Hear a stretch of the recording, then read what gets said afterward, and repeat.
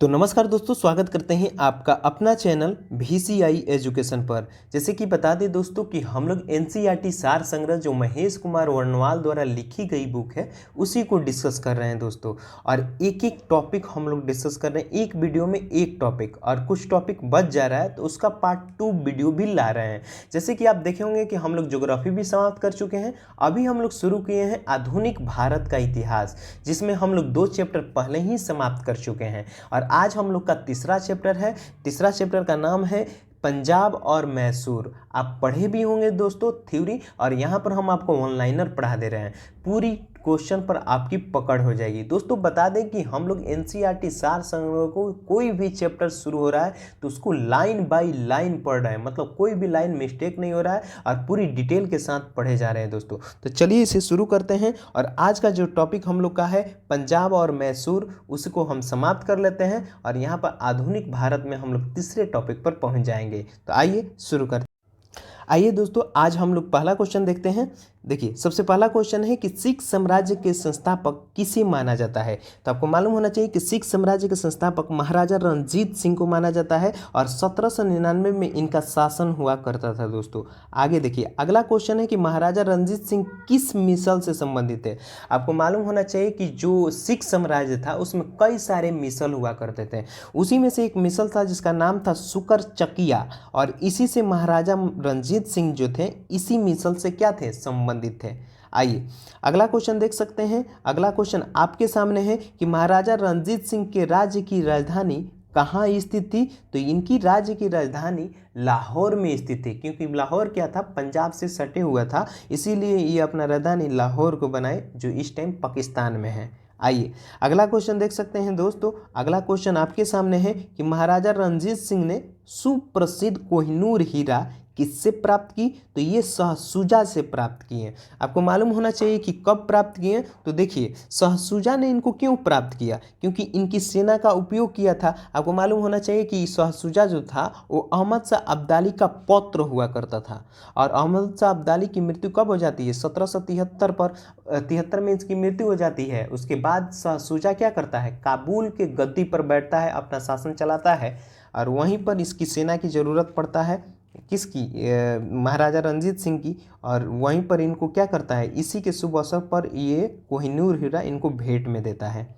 आइए अगला क्वेश्चन देख सकते हैं दोस्तों। अगला क्वेश्चन है कि 25 अप्रैल 1809 को अमृतसर के संधि किनके मध्य संपन्न हुआ। देखिए, संधि क्यों होता है, मान लीजिए कोई युद्ध होता है तो युद्ध में आप भी कुछ गलती करिएगा, हम भी कुछ गलती करेंगे, तभी ना युद्ध होता है। तो उसी के बीच में कुछ समझौता होता है, उसी को कहा जाता है संधि। तो ये प्रथम युद्ध होगा, आंग्ल मैसूर युद्ध, आगे आप पढ़ेंगे। इसी के बीच जब युद्ध हो जाएगा तो उसी को समझौता करने के लिए बीच में कुछ लोग आते हैं, तो वही महाराजा रणजीत सिंह और अंग्रेजों के बीच समझौता होगा। और ये कब होगा, 25 अप्रैल 1809 ईस्वी में। कहाँ होगा, तो अमृतसर में होगा, और इसीलिए इसका नाम पड़ जाएगा अमृतसर की संधि। तो याद रखिएगा कि ये संधि कब होगा, तो 25 अप्रैल 1809 को होगा। आइए कुछ फैक्ट जानते हैं दोस्तों, इस फैक्ट को याद रखिएगा।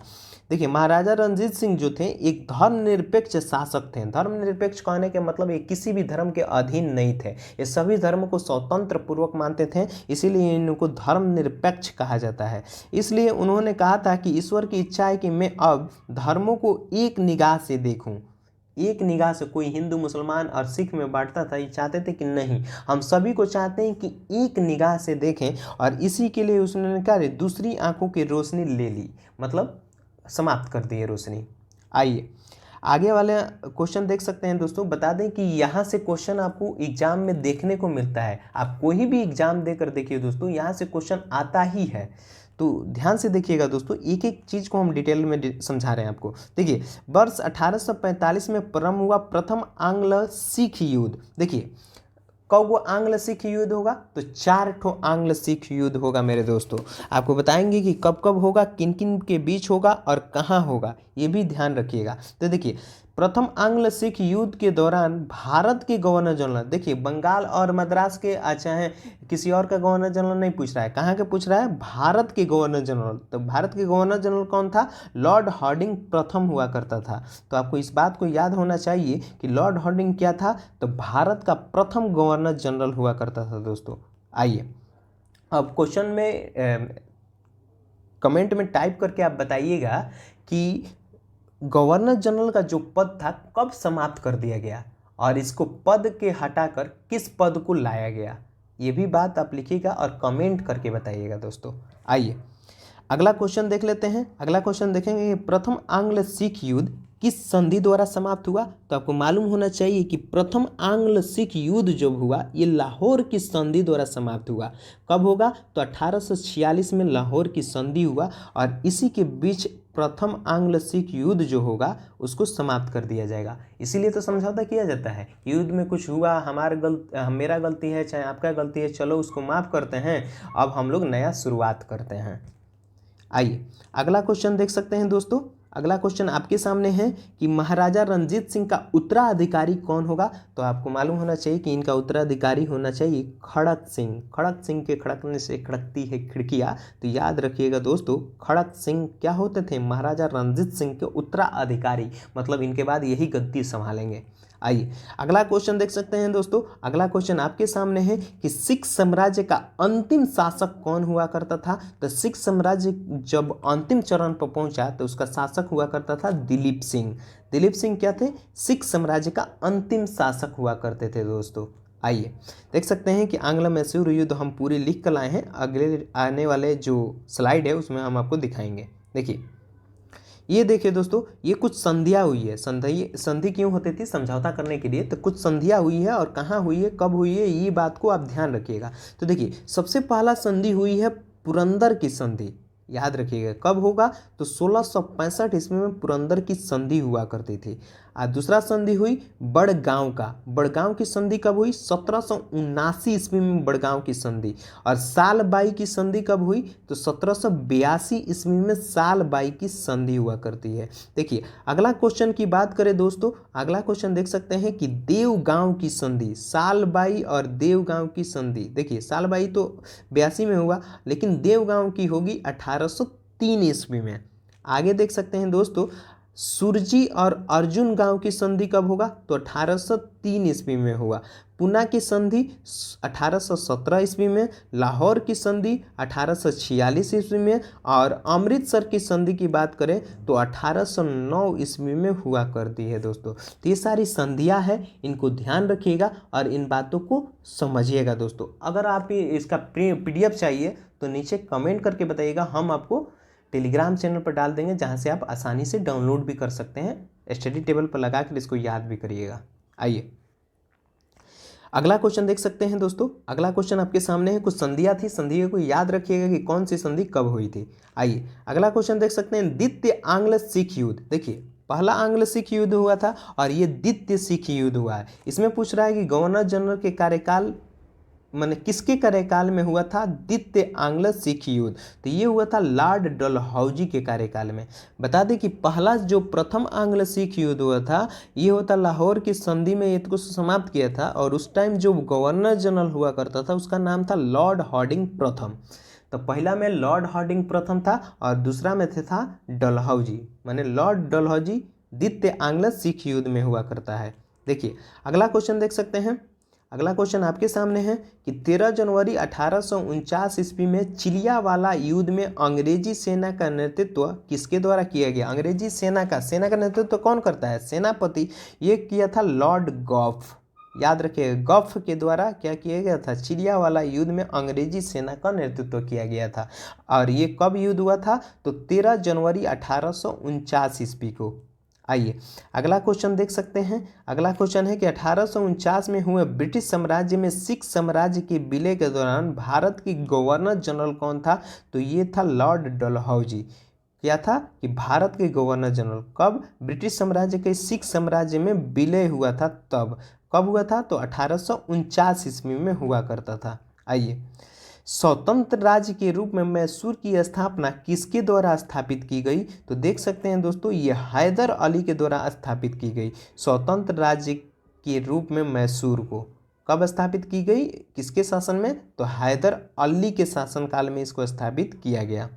देख सकते हैं अगला क्वेश्चन कि रंजीत सिंह ने, देखिए रंजीत सिंह ने किस मिसल से लाहौर और अमृतसर प्राप्त किए। माने रंजीत सिंह जो थे ये क्या किए थे, माने क्या करके लाहौर और अमृतसर प्राप्त किए थे, तो ये भंगी मिसल से क्या किए थे, प्राप्त किए थे दोस्तों।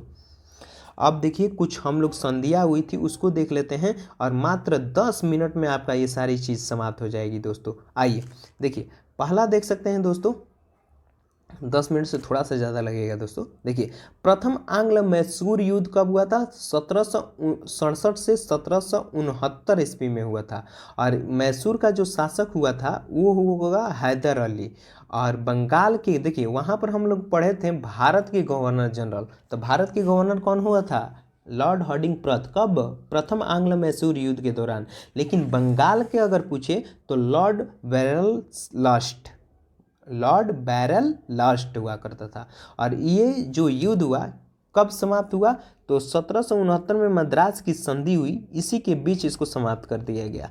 आगे देखिए इसकी विशेषता क्या थी, तो हैदर अली दक्षिण भारत का प्रथम शासक था जो अंग्रेजों से पराजित नहीं हुआ था। आइए, तो ये इसकी विशेषता था कि हैदर अली दक्षिण भारत का शासक था लेकिन अंग्रेजों से कभी हारा नहीं था। आगे देखिए, देख सकते हैं अगला क्वेश्चन आपके सामने है दोस्तों। अगला क्वेश्चन है कि द्वितीय आंग्ल मैसूर युद्ध, द्वितीय आंग्ल मैसूर युद्ध कब हुआ था, तो ये हुआ था 1780 से 84 ईस्वी के बीच। और हैदर अली मैसूर का शासक, माने यही जो प्रथम में था। और उस टाइम जो गवर्नर जनरल था वो बदल गया था, उस टाइम आया था वारेन हेस्टिंग। और संधि हुआ था मंगलौर की संधि के बीच इसको समाप्त किया था। और मंगलौर की संधि कब होगा, तो 1784 ईस्वी में होगा, जिसमें हैदर अली की मृत्यु के बाद टीपू सुल्तान के नेतृत्व में युद्ध हुआ।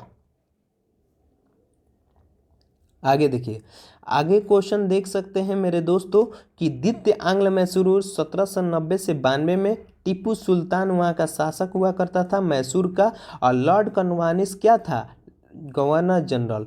और ये जो युद्ध हुआ ये श्रीरंगपट्टनम की संधि के द्वारा इसको समाप्त कर दिया गया। और ये संधि हुआ 1792 ईस्वी में, जिसमें टीपू सुल्तान की स्थिति को कमजोर हो गई थी।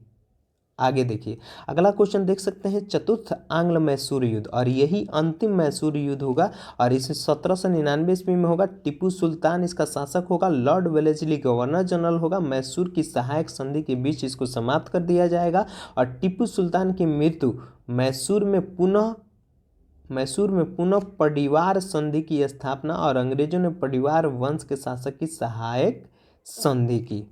तो ये सारी चीज़ आपको याद रखना है दोस्तों। और यहाँ पर कुछ इंपॉर्टेंट फैक्ट भी है कि सिख साम्राज्य के महाराजा रणजीत सिंह की तुलना फ्रांसीसी यात्री विक्टर जकामा ने नेपोलियन से की थी। तो ये भी बात याद रखिएगा, इंपॉर्टेंट है। और ये सारी चीज़ों को, चलिए मिलते हैं नेक्स्ट टॉपिक के साथ अगले वीडियो में। अगर दोस्तों आपको एक एक टॉपिक का पूरे के पूरे MCQ चाहिए, मतलब इम्पोर्टेंट MCQ, तो नीचे कमेंट करके बताइएगा, हम अगला वीडियो उसी पर लाएंगे। अगर आपका 10 कमेंट आता है दोस्तों तो निश्चित रहिए कि हम आपके लिए पूरी, मतलब कि जितना आधुनिक भारत में अगर फर्स्ट सेकंड थर्ड से 100 क्वेश्चन भी मिल जाएगा तो 100 से ज़्यादा क्वेश्चन MCQ के रूप में कराएंगे। तो चलिए मिलते हैं अगले टॉपिक पर।